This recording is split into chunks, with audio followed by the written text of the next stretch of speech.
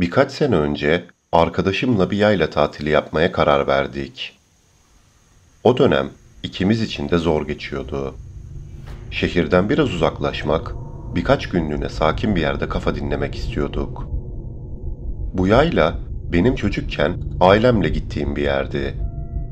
Arkadaşıma her anlattığımda gitmeye niyetleniyorduk ama sonra unutuluyordu. Geçirdiğimiz bunalım bu niyetimizi eyleme geçirmemize vesile oldu. İkimiz de heyecanlıydık. Arkadaşımın yıllık izin yapacağı günleri belirlemiştik gitmek için. Önceden rezervasyon yaptırmak için oradaki otelleri aradık. Ama anladık ki herkes bizimle aynı fikri paylaşmış. Otellerin hepsi doluydu. Hiçbirinde boş oda yoktu. Yaylanın içinde sadece köhne bir pansiyonda boş oda bulabildik. Bir de yayladan arabayla 40 dakika aşağıda dağ yolunun kıyısındaki bir otelde. O otele varmamız demek, yaylada geçireceğimiz zamanı kısıtlamak demekti. Her akşam otobüsle dönmemiz gerekecekti. Bu yüzden kötü de olsa yayladaki pansiyonda 2 gün geçirmeye karar verdik. Odalarda duş yoktu. Tuvaletler ortaktı. Ama nasıl olsa sadece uyuyacaktık. 2 günlüğüne dayanırız diye düşündük. Son gün ise doğru düzgün duş alıp dinlenmek için uzaktaki otele geçecektik. Mantıklı bir plan gibi görünüyordu.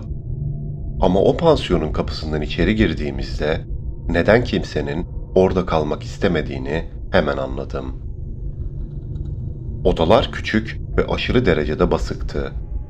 Arkadaşımla kalacağımız odada yatacağımız çift kişilik bir yatak dışında tek kişinin geçebileceği bir alan vardı sadece. Mecbur idare edeceğiz dedik. Zaten gittiğimiz gün gece uykumuz gelene kadar dışarıda vakit geçirdik. Yaylayı gezip dolaştık, fotoğraflar çektik, yemek yedik. Yöresel canlı müziğin olduğu bir kafede vakit geçirdik. Gece yarısına 1-2 saat kala ise pansiyondaki odamıza döndük. İkimiz de yorgunduk. Yatağa uzandığımda ilk fark ettiğim şey tavanın ne kadar alçak olduğuydu. Elimi uzatsam neredeyse dokunacak gibiydim. Gözümü kapatmaya çalıştım ama o tavandan kopamadım. Sanki yavaş yavaş üzerime eğiliyor, beni bastırıyordu. Odanın küçüklüğü o anda fark edilmeyecek gibi değildi. Yatak bütün alanı kaplıyordu. Kenara dönsem duvar, öte yana dönsem arkadaşım. Nefesim daralıyordu. Pencere duvarın yukarısında neredeyse tavana bitişikti. Bir noktadan sonra kendimi tabutun içinde gibi hissetmeye başladım. Arkadaşımın uyuduğunu düşündüğüm için ses etmedim. Rahatsız etmek istemedim.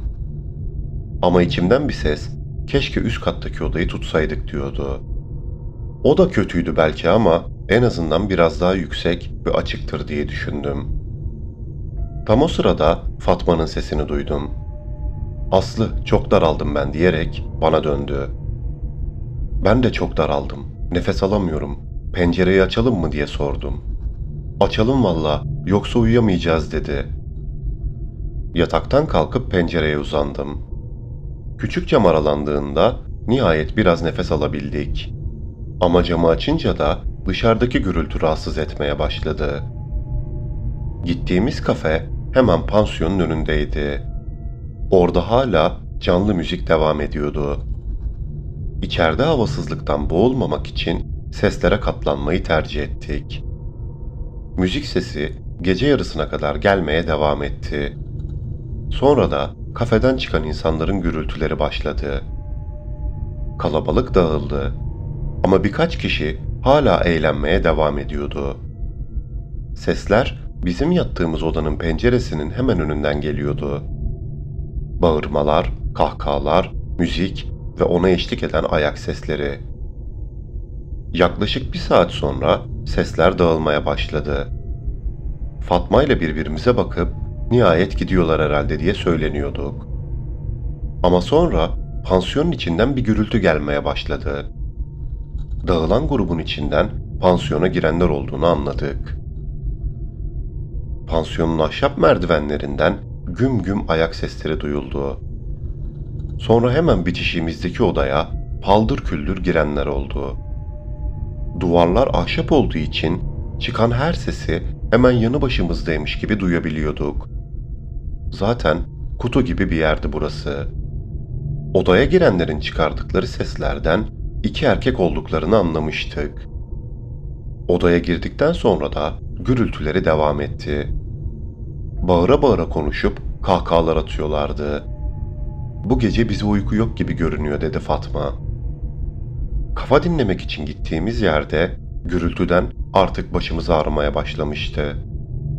Yan odadaki iki kişi bağıra bağıra ve ağızlarını yaya yaya konuşmaya devam ediyorlardı. Belli ki alkolün etkisindeydiler. Kafaları hiç yerinde değildi. Bir ara duvara güm diye çarpan bir gürültüyle irkildik. Ardından her yeri sarsan bir gürültü daha geldi. Duvarlar sarsılmış, yattığımız yer titremişti. Fatma "Ne oldu öyle?" diyerek yerinden fırladı. Ben de yerimde doğrularak başımı yan odaya doğru çevirdim. Odadan hırıltılı bir gülme sesi geldi. Bir kişi gülüyor, diğeri de "Ne gülüyorsun?" diyerek sanırım doğrulmaya çalışıyor. Bu sırada da paldır küldür sesler çıkarıyordu. Ayakta duramayıp düştüğünü anladık. İkimizin de sinirleri bozulmuştu. Sürekli oflayıp pufluyorduk. Ardından yan odadaki gülme sesi kesildi. Birden tartışmaya başladılar. Biri "Yapma dedim sana" diye sesini yükseltti. Öteki anlaşılmayan şeyler söyledi. Diğerinden daha sarhoş ve kendinde olmadığı anlaşılıyordu. Affedersiniz ama çıkardığı sesler konuşmadan çok anırmaya benziyordu. Bir süre sonra bu ses tok bir iniltiye dönüştü. Hemen duvarın dibindeydi. Sesi o kadar net geliyordu ki sanki bizim odanın içindeydi. Fatma "Acaba kadını mı arasak?" diye sordu. Burada öyle resepsiyon alanı gibi bir yer bile yoktu.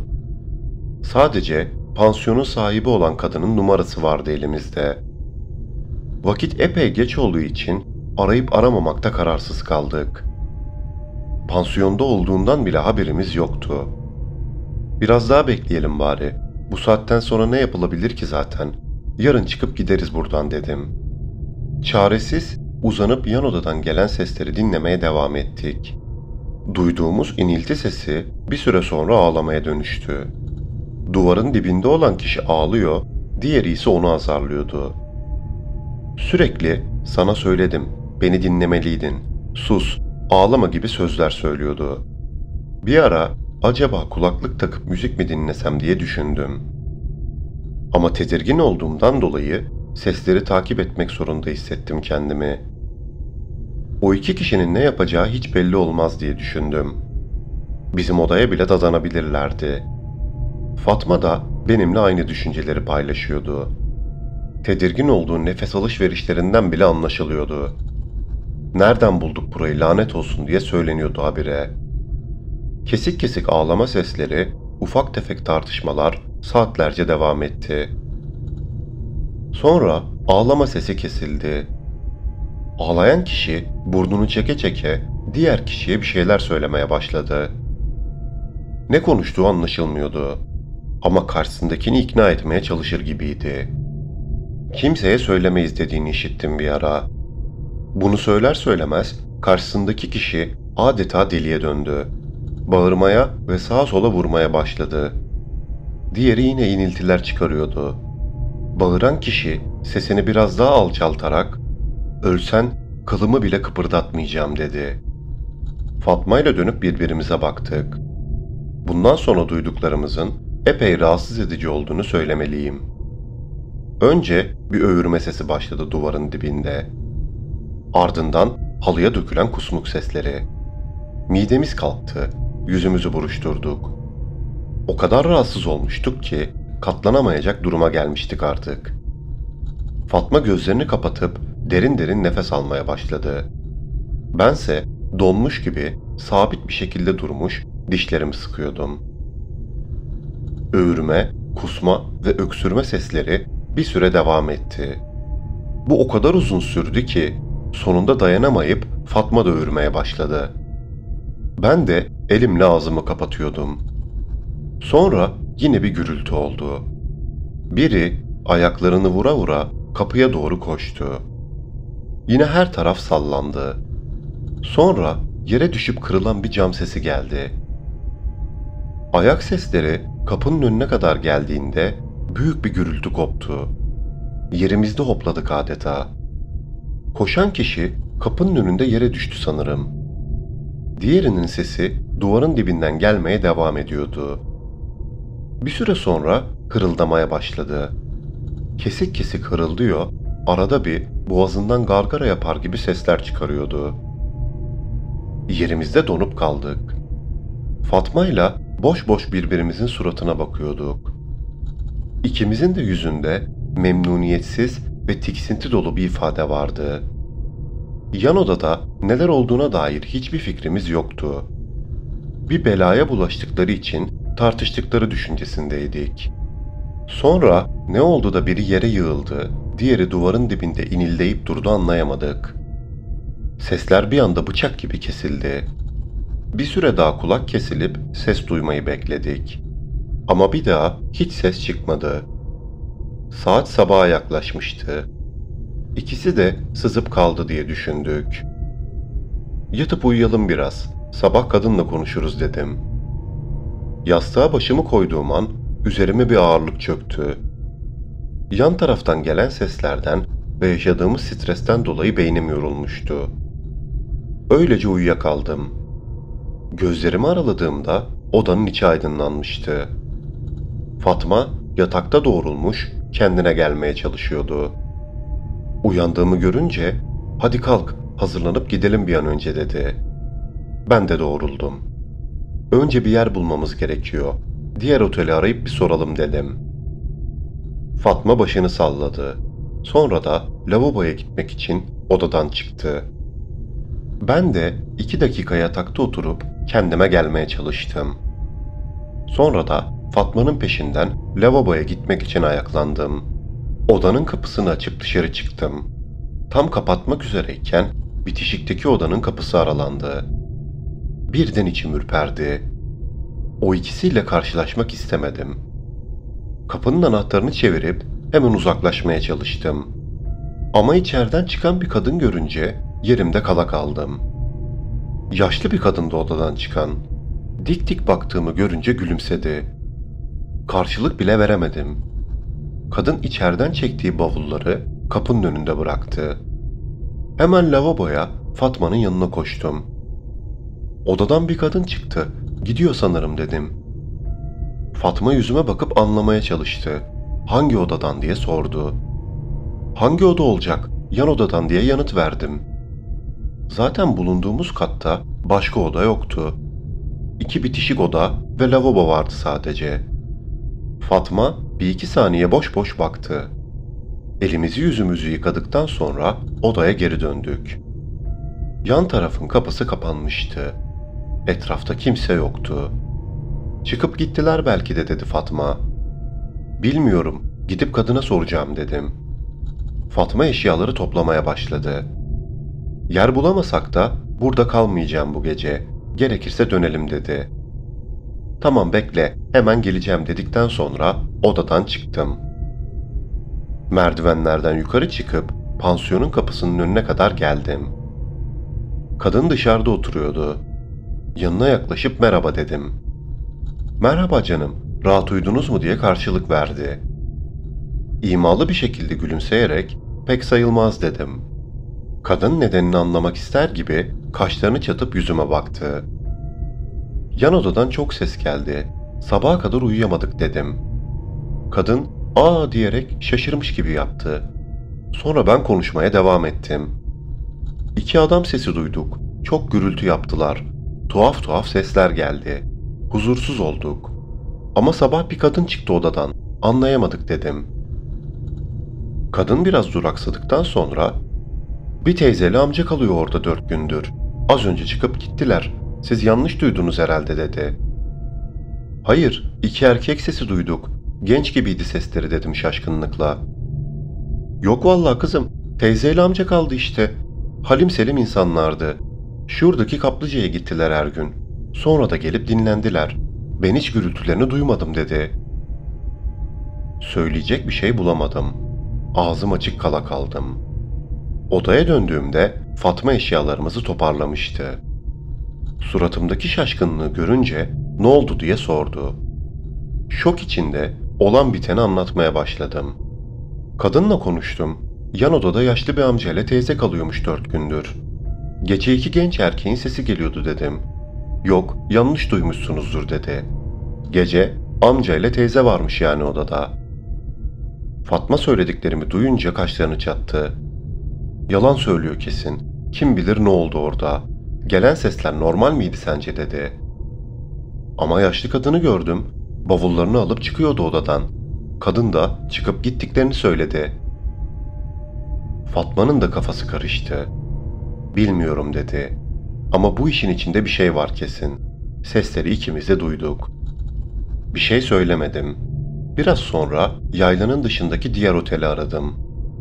Yer olduğunu söyledikleri an içim rahatladı. Valizlerimizi alıp kapının önüne çıktığımız sırada yan odanın kapısının açık olduğunu gördüm. İçeri göz attım. Pansiyonun sahibi olan kadın içeride temizlik yapıyordu.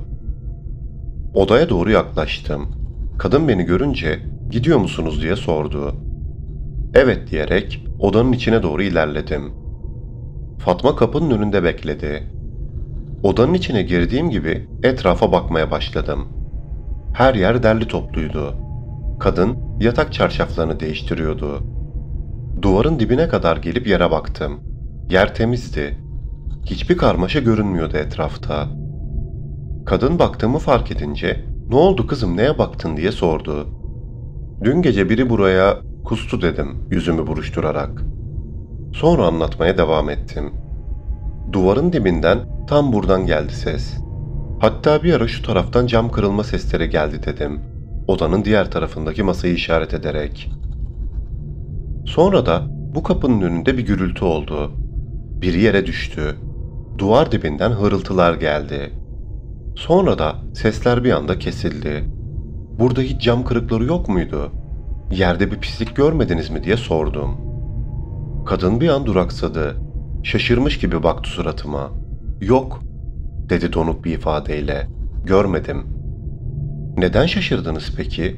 Yüzünüz değişti birden," dedim. Kadın cevap vermedi.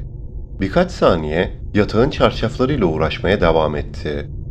Sonra ayakta dikilip bana doğru döndü. Gözünü yere dikti. Duvar dibinde baktığım o yere doğru baktı bir süre. Sonra da kapının önüne. En sonunda gözlerini bana çevirdi.